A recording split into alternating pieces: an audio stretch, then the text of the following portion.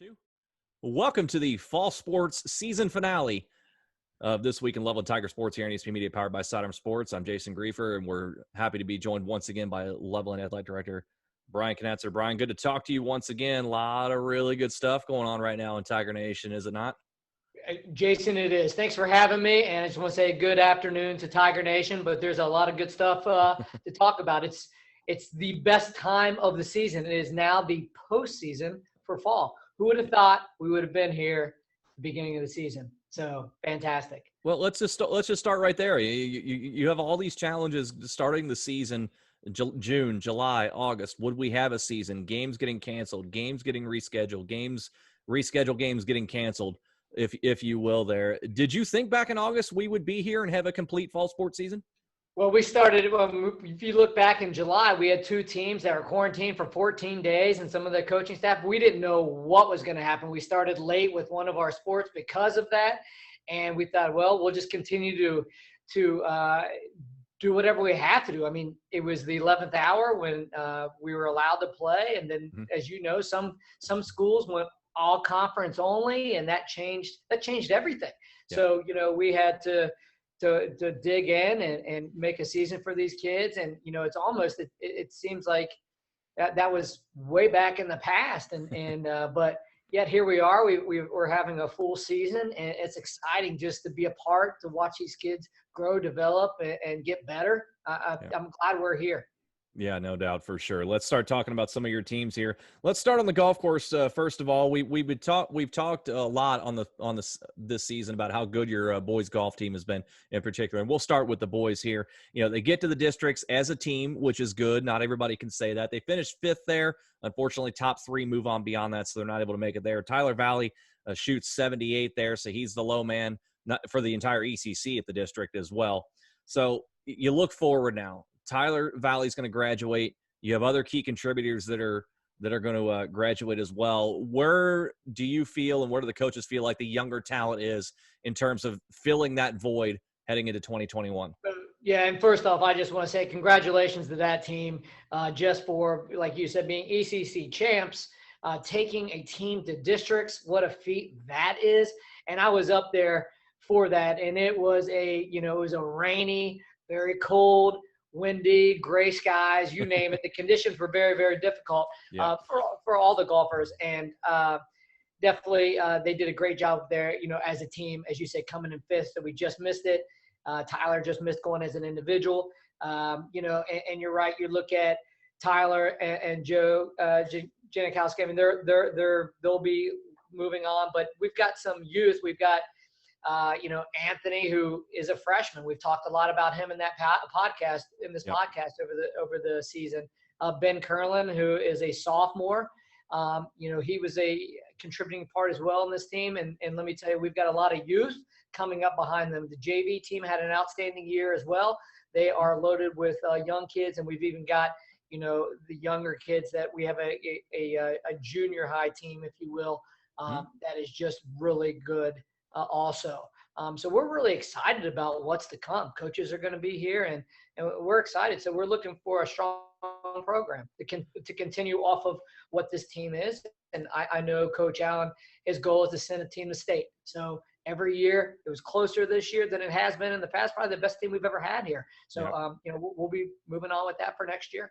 Over on the girls' side, that they didn't get to the districts, got into the sectional there against some tough competition. However, I'm looking at this roster, and I'm seeing virtually every key player you're going to get back next year. That's obviously going to lead to a lot of excitement. But for this season, how much growth did you see from this team, given the fact that they were so young to start the year and the way they finished out? Yeah, the middle of the pack of the ECC, they did a great job. Coach Orsinelli did a fantastic job with them as well. They're a young team. Here's the common theme. Emmy Amy, junior. We got Megan Smith, sophomore. Digert, sophomore. We got Maya's a sophomore. And that's basically what we have. We have all this youth that is coming up, being a part of this team. They're actually an extremely fun team to watch. People think about golf as being an individualized sport, and it is to some extent. But watching these kids all play together, hang out together, be a team together. We're excited for that. I know Coach Orsinelli and I have spoken, and she's really thrilled to be, with the youth coming up and some girls on the JV team as well.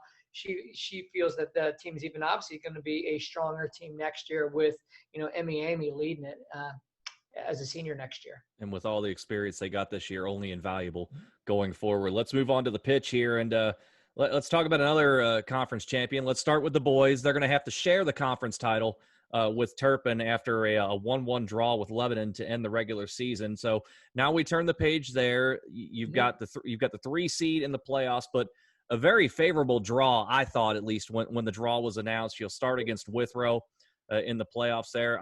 I have to imagine there was maybe a little disappointment from not claiming the ECC title outright.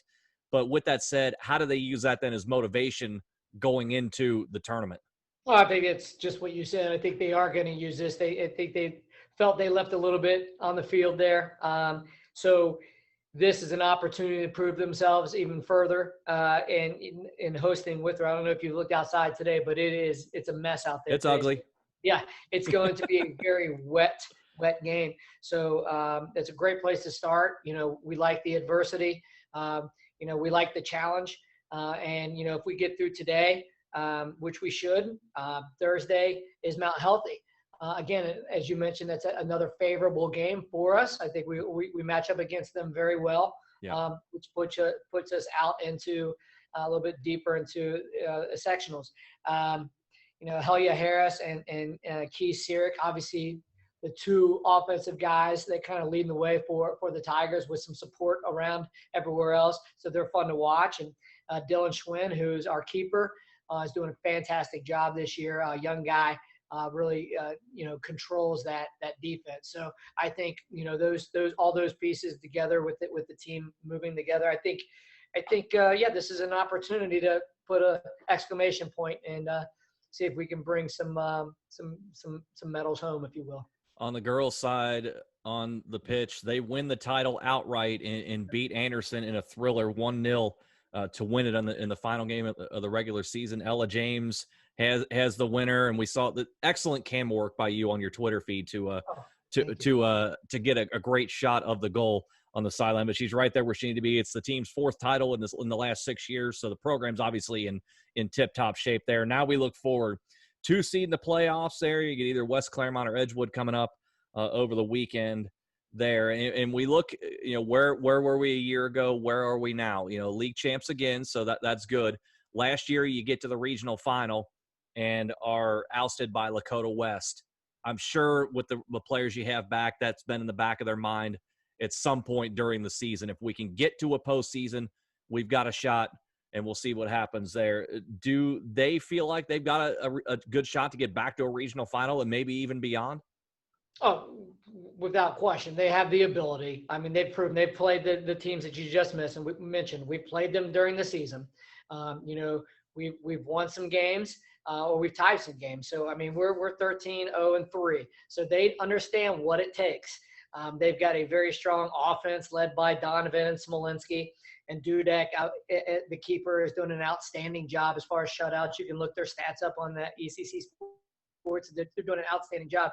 But, Coach Kelly and his staff always have these girls trained to, think about, we have to finish our job. We have to do what the expectations are. We have the postseason is much more important than that ECC championship to that team. As important as that championship is to the team, they want to get as far in that postseason as they can. And they want out of Cincinnati. They remember what it feels like. They know what it takes to get to the very top. They understand what it takes. They understand what it feels like to fall a little short, and they're going to use that to motivate them. They're a fantastic group. They're very aggressive, as you saw in that Twitter pic. They're an aggressive team, and they're hungry. They're still hungry. They never stop eating. And that's a rarity for a team that, as you said, this late in the year, hasn't suffered a loss there. And a lot of teams can get them complacent. So credit to the players and the coaches for not allowing that level of complacency to set in. They keep bringing it every time out here. Let's move on and talk about cross country here. Really strong showing at the ECC championships. Both the boys and the girls finished second. behind Lebanon. And it's something in doing let's do a podcast with Lebanon's athletic director, Keith Pantling, and he was talking about the transition in cross country from the G Walk into the ECC. And they knew coming in, Loveland is the benchmark, both the boys and the girls. If we want to compete, we have to compete with Loveland. And they were able to finish ahead of you on both the boys and the girls to win both titles there. But I thought that was an incredible compliment coming from him into a new league, that your programs have set the bar so high that it was easy to see, yep, Loveland's the benchmark here. Yeah, I appreciate Keith saying that. Again, a lot of respect for Lebanon. They came in and they ran lights out.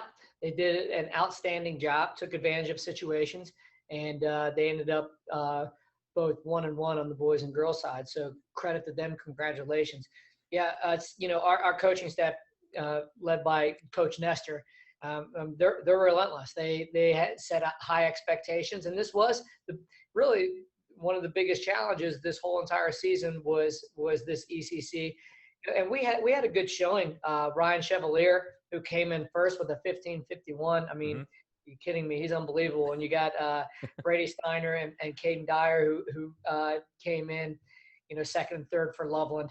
So they're strong, and we're healthy. We know what it takes. I think the boys know what it takes, and they're hungry as well. So we're looking really forward to this weekend, going to at the Voice of America to compete for the OHSA tournament. On the girls' side, Emmy Sager, same thing.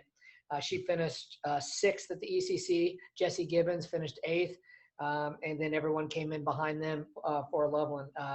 They came in second as well. It's a strong team. We varied a lot of runners throughout the year to try to keep people as healthy as we can, and to keep people as fast as we can. And I think the coaching staff does a phenomenal job at that. But again, these coaches are state level coaches that put a very high expectation on the postseason. So the kids know the expectation. They've been training for it all along, and they probably feel it a little bit with the ECCs. I'm sure they're going to take that and use that as motivation in this postseason. So really excited to watch them run come next Saturday. And one of the things we also kept track on, and we've talked about here on the podcast before, is where you're at as far as the state rankings go. And even despite the fact that Lebanon, was able to finish ahead of you to win the ECC title, you're still right now, I think the last check, you were still ranked ahead of Lebanon in the state rankings. And you said you've got state level coaches there as well. Is it the expectation for both the boys and the girls to get through the districts and through the regionals and to state? Oh, yeah, that's the overall goal. Coach Nestor has been here before. He has a state title, and he's got some assistants that have some pretty good records as well. So, those are the expectations, and that's where we want to be in a few weeks.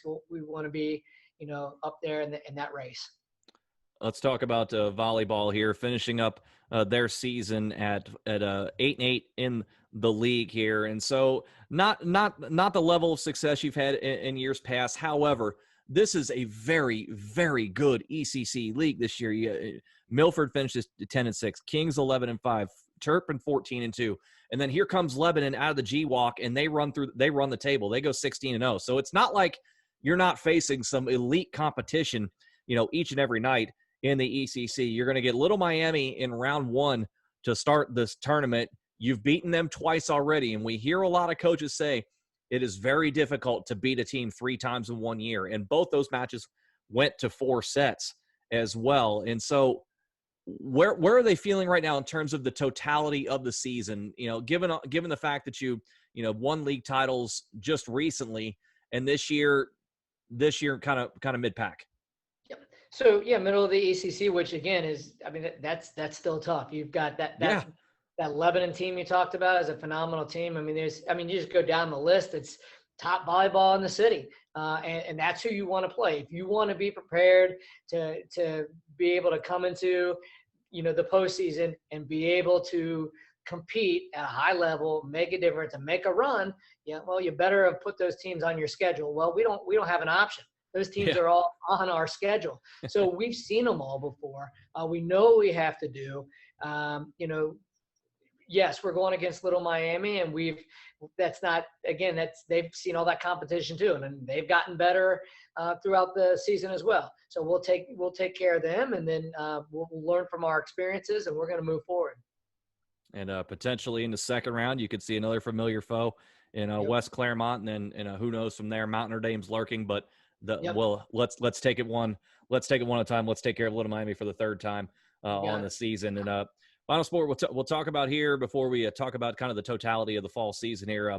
Football team sees its playoffs come to end in the first round against Little Miami. A shootout it was, and unfortunately, Little Miami just had a little bit more on the board there, but you continue to keep playing and you get some more game action in. You take on Milford this past week, hung with them for a while, and then Milford eventually pulled away from there. And then we'll get Walnut Hills coming this Friday. It's obviously been a very challenging last couple of years for Coach Cruz. I think that's nobody would argue that point. And, with all the things that have gone in to how this season has gone, a 6-game season, and then you can play if you don't advance in the playoffs and so on and so forth. When this season comes to an end, what are some of the things you're going to talk about with Coach Cruz in trying to take the next steps and get things going upward into 2021? Well, I'll tell you, and if you go to the games and you're watching the teams competing, I mean, it's almost like the tale of two halves. If you look at the Little Miami game and you look at the Milford game, Little Miami game, we were up 21-24 to nothing, and they came back, in that second half. Same thing with Milford. We were hanging right in there. It was 28, I think, to 21 at the end of the half, and we just let it get away from us that second half. So it's really can you continue that on into the second half as well? But they're competing. I mean, they ran for 130 yards, I think, against Milford, which is, one of our best running games that we've had thus far. Yeah. Mason Moore had a great game. Aaron Morton continues to be a weapon on offense and special teams. And I think you look at what you're doing and you look at your holes and things that you can develop. I mean, the one thing we'll talk about is we just need an off season. We need an off season that we can compare. A couple of years ago, we were late to the hire of Cruz and his staff. So we got a very small off season. And this year we were putting together a fantastic off season, and COVID hit. So we were away for a while, but still that was with everybody. But we had a really good off season. I think we need another off season. And that's what we need. We need to get in the weight room. We need to get stronger. We need to watch more film. We need to understand the expectations, and it's coming. You see a day versus night from last year to this year as far as the team goes, and they've improved. So we're fortunate with that, but we'll get there. We'll get it to where it'll be in the win column. That's our goal. That'll be year 3. So that's what we'll be moving towards. You'll have to do it next year without Calvin Cloud, who will be graduating in the spring here. He's finishing up his Loveland career now. How do you go about trying to fill that gap there? Because he's at times he has looked like one of the best quarterbacks in Cincinnati. We've talked about his prototypical size, 6'5", 200 pounds, can sling it with anybody. When he has been on, he has been very, very good for your offense, and your offense has been very prolific at times, not only this season, but last with him as a signal caller. How do you go about trying to fill the gap? I wouldn't necessarily say replace Calvin Cloud. So with good seniors comes good leadership, right? So we've got a group of potential quarterbacks, JV quarterbacks, freshman quarterbacks, alternate quarterbacks that have learned, from him. So I think that's the best thing that a senior can do is, what type of legacy do you leave behind, and do you leave it better than you found it? And I think part of that is teaching and coaching some of these young kids. So when it's their time, they can incorporate what they do with what they've learned from Calvin, and Calvin certainly has done that. So, yes, we can't replace an individual, but we can learn from him, and I think that's what we're going to do. Looking back at the totality of the season, I just want to recap some of this for Tiger Nation out there. You finished runner-up in both boys and girls cross country. You're co-champs in boys soccer, outright champs in girls soccer, outright champs in tennis as well, outright champs in boys golf, and really was the class of the field, wire to wire there in boys golf. So you've got 4 league championships and 2 second-place finishes. Not bad for a fall season we weren't sure we were going to have. Great. It's fantastic. I think we're second in the running. That could have gone either way. I mean, we compete. We look here at Loveland, we look at multiple sport athletes. We got to have people playing at least 2 sports here. Otherwise, we can never compete at this high level. We have to have the best coaches, and we certainly try to do that.